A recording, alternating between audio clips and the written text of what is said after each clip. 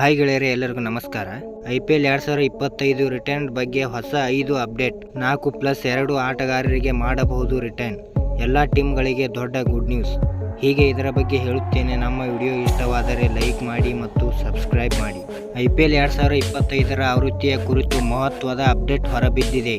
ಇತ್ತೀಚಿನ ಬೆಳವಣಿಗೆಗಳಲ್ಲಿ ಹಲವಾರು ಫ್ರಾಂಚೈಸಿ ಮನವಿಯ ಹೊರತಾಗಿಯೂ BCCI ಮೇಗಾ ಹರಾಜನ್ನು ಮುಂದುವರಿಸುವುದಾಗಿ ತಿಳಿಸಿದೆ ಎಂದು ತಿಳಿದು ಬಂದಿದೆ. ಕ್ರಿಕ್ಬಜ್ ವರದಿಯ ಪ್ರಕಾರ ರೋಜರ್ ಬಿನ್ನಿ ನೇತೃತ್ವದ ಮಂಡಳಿಯು ರೈಟ್ ಟು ಮ್ಯಾಚ್ ಸೇರಿದಂತೆ ಒಟ್ಟು 6 ಆಟಗಾರರನ್ನು ರಿಟರ್ನ್ ಮಾಡಿಕೊಳ್ಳುವುದಕ್ಕೆ ಅವಕಾಶ ನೀಡಿದೆ. ಇದರಲ್ಲಿ 4 ಆಟಗಾರರನ್ನು ನೇರವಾಗಿ, 2ರನ್ನು RTM ಬಳಸಿ ಉಳಿಸಿಕೊಳ್ಳಬಹುದಾಗಿದೆ. ಕಳೆದ ಮೇಗಾ ಹರಾಜಿನ ವೇಳೆ 4ರು ರಿಟರ್ನ್ ಮಾಡಿಕೊಳ್ಳಲು ಅವಕಾಶ ನೀಡಿತ್ತು. RTM ಬಳಕೆಯನ್ನು ನಿಷೇಧಿಸಿತು. ಜುಲೈ 31ರಂದು ನಡೆದ BCCI ಸಭೆಯಲ್ಲಿ ಕೆಲವು ತಂಡಗಳು 5 ವರ್ಷಗಳಿಗೊಮ್ಮೆ ಮೇಗಾ ಹರಾಜನ್ನು ನಡೆಸಬೇಕು ಅಥವಾ ಪ್ರತಿ ವರ್ಷ ಮಿನಿ ಹರಾಜನ್ನು ಮಾತ್ರ ನಡೆಸಬೇಕು ಎಂದು ಮನವಿ ಮಾಡಿದರು. ಆದರೆ BCCI ಮೇಗಾ ಹರಾಜನ್ನು ವಿಸರ್ಜಿಸಲು ಮನಸ್ಸು ಮಾಡಿಲ್ಲ.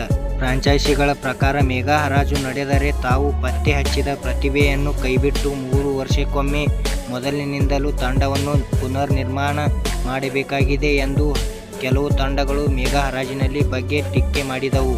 ಆದಾಗ್ಯೂ BCCI ಫ್ರಾಂಚೈಸಿಗಳ ಬೇಡಿಕೆ ಒಪ್ಪಿಗೆ ಸೂಚಿಸಿಲ್ಲ ಮತ್ತು ತಮ್ಮ ಸಂಪ್ರದಾಯವನ್ನು ಮುರಿಯಲು ಬಯಸುವುದಿಲ್ಲ ಎಂದು ತಿಳಿಸಿದೆ. IPL ನಿಯಮಗಳ ಪ್ರಕಾರ ಮೇಗಾ ಹರಾಜಿನ ಮೊದಲು ತಂಡಗಳು ತಮ್ಮ 6 ಆಟಗಾರರನ್ನು ಉಳಿಸಿಕೊಳ್ಳುವ ಸಾಧ್ಯತೆ ಇದೆ. ಅವರು ಉಳಿದ ಆಟಗಾರರನ್ನು ಬಿಡುಗಡೆ ಮಾಡಬೇಕಾಗುತ್ತದೆ. ಇದರೊಂದಿಗೆ ರೈಟ್ ಟು ಮ್ಯಾಚ್ ಅಂದರೆ RTM ಕೂಡ ಲಭ್ಯವಿರುತ್ತದೆ. ಅಂದರೆ ಬಹುತೇಕ ಅರ್ಧ ತಂಡವನ್ನು ಉಳಿಸಿಕೊಳ್ಳಬಹುದು. ಪ್ರಸ್ತುತ ನಿಯಮಗಳ ಪ್ರಕಾರ ಮೇಗಾ ಹರಾಜಿನಲ್ಲಿ ಮೊದಲು ತಂಡಗಳಿಗೆ ಕೇವಲ 4 ಆಟಗಾರರನ್ನು ಉಳಿಸಿಕೊಳ್ಳಲು ಅವಕಾಶವಿತ್ತು. ಎಲ್ಲ ಇತರ ಆಟಗಾರರನ್ನು ಬಿಡುಗಡೆ ಮಾಡಬೇಕಾಗಿತ್ತು. ಅಷ್ಟೇ ಅಲ್ಲ, RTM ಕಾರ್ಡ್ಗೂ ಅವಕಾಶವಿರಲಿಲ್ಲ. ಆದರೆ ಈಗ ನೀವು ಅದರಲ್ಲಿ ಕೆಲವು ಬದಲಾವಣೆಗಳನ್ನು ಕಾಣಬಹುದು. ಆದರೆ BCCI ಅಧಿಕೃತವಾಗಿ ಮಾಹಿತಿ ಹಂಚಿಕೊಂಡಿಲ್ಲ. ಹೊಸ ನಿಯಮಗಳು Chennai super Kings, Mumbai Indians ಅಂತಹ ತಂಡಗಳಿಗೆ ಹೆಚ್ಚಿನ ಅನುಕೂಲ ತರಲಿದೆ. ಏಕೆಂದರೆ ರೋಹಿತ್ ಶರ್ಮಾ, MS ಧೋನಿ ಅಂತಹ ಹಿರಿಯ ಆಟಗಾರರನ್ನು ರಿಟರ್ನ್ ಮಾಡಿಕೊಳ್ಳುವುದಕ್ಕೆ ಆಗುವುದಿಲ್ಲ. ಆದರೆ RTM ಇರುವುದರಿಂದ ಅವರಿಗೆ ಕಡಿಮೆ ಬೆಲೆ ಸಿಕ್ಕಿದರೆ ಅವರನ್ನು ತಂಡದಲ್ಲಿ ಉಳಿಸಿಕೊಳ್ಳಲು ಅವಕಾಶ ಸಿಕ್ಕಂತಾಗಿದೆ.